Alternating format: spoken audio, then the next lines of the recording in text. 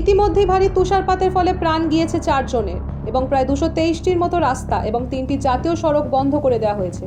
বর্তমানে 1000-এরও বেশি পর্যটকের গাড়ি দাঁড়িয়ে রয়েছে মানালির সোল্যাং ভ্যালিতে। জানা গিয়েছে হিমাচল প্রদেশ প্রশাসনের তরফে টানা বরফ কাটার কাজ চালানো হচ্ছে। ঘটনাস্থলে নামানো হয়েছে বিপর্যয় মোকাবিলা বাহিনী।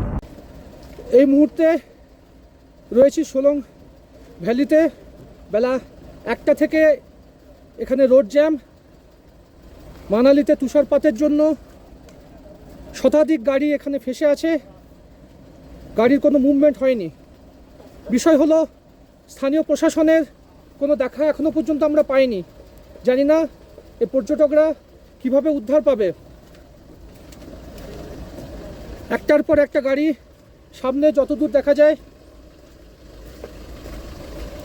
আটকা পড়ে আছে।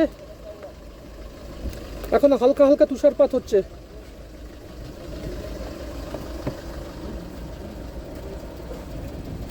গাড়ির ড্রাইভাররা নিজেরাই